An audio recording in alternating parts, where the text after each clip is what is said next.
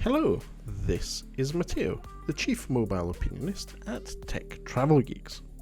This is the Tech Travel Geeks extended period review of the Pocophone F1 smartphone by Xiaomi. Some of you may remember that we unboxed the Pocophone F1 in 2018. Yes, that same device has been in use since then, and this is our full review of it. The Pocophone F1 is crazy value, and at the moment you can pick one up on amazon.co.uk for less than £300 sterling. The Pocophone F1 has a set of radios which give it no issues in the UK, whereas our friends over the pond in the US and Canada may actually face some issues because it's not compatible with all 4G bands there. A very welcome feature of the Pocophone F1 is the 3.5mm audio jack. Yes, that's a courage port. This is great, especially when travelling. If your Bluetooth headphones have run out of battery, you can always fall back to those trusty 3.5mm headphones. The Pocophone F1 is fast.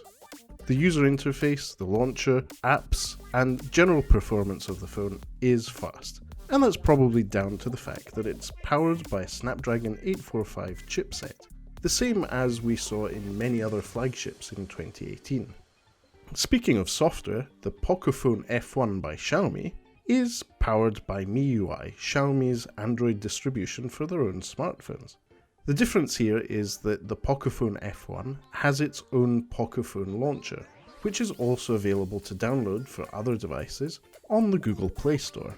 The Pocophone launcher is closer to traditional Android launchers, such as the ones we've seen on the Google Pixel.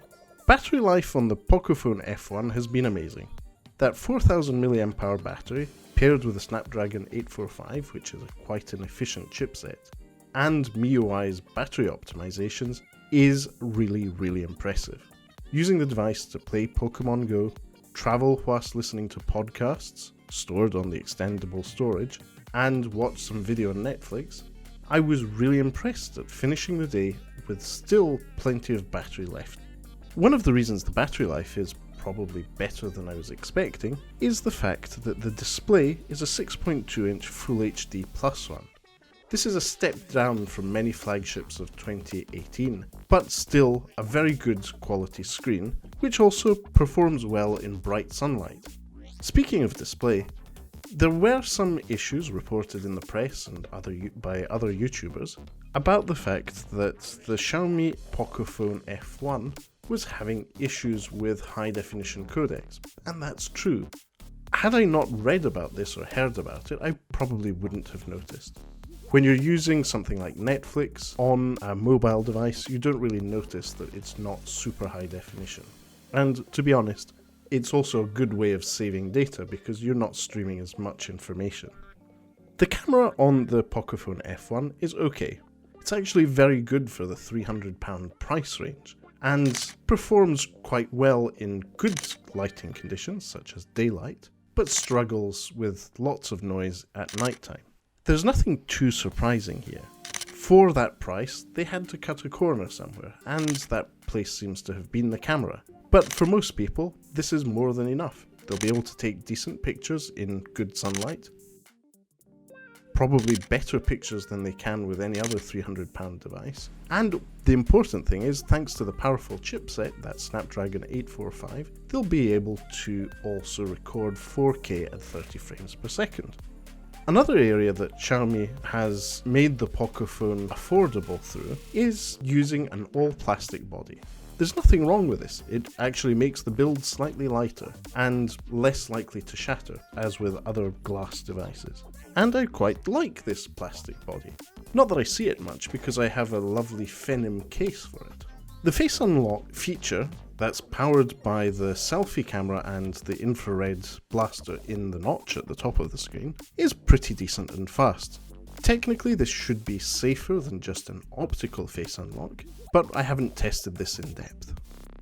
The Pocophone F1 may not be the best camera or the best battery life overall, but for less than £300 and with expandable storage, good battery life, a good camera in certain lighting conditions, give you very good value for money. The downside is that you can't buy the Pocophone F1 from any network operators and in many brick and mortar stores. You'll need to order the Pocophone F1 from Amazon in the UK, you'll find a link in the description, or from some other online retailers such as our friends at GearBest or eGlobal Central. The Pocophone F1 by Xiaomi is a hit device. I've used it so much that I forgot I was actually using a Pocophone.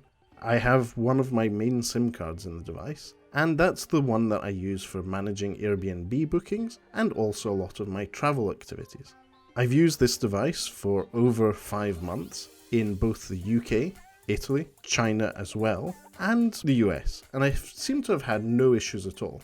All this was done roaming with a SIM card from the 3 network, and overall, the device is so good, I just used it, and I carry on using it. We hope you have enjoyed this long-term review of the Pocophone F1 by Xiaomi. As usual, our Chief Aperture Officer, Lukasz, has managed to shoehorn some lovely drone footage into our review. If you enjoyed this video and you would like to see more, as well as catch up with our podcast, please subscribe to the Tech Travel Geeks on YouTube. Thanks for watching everyone, goodbye.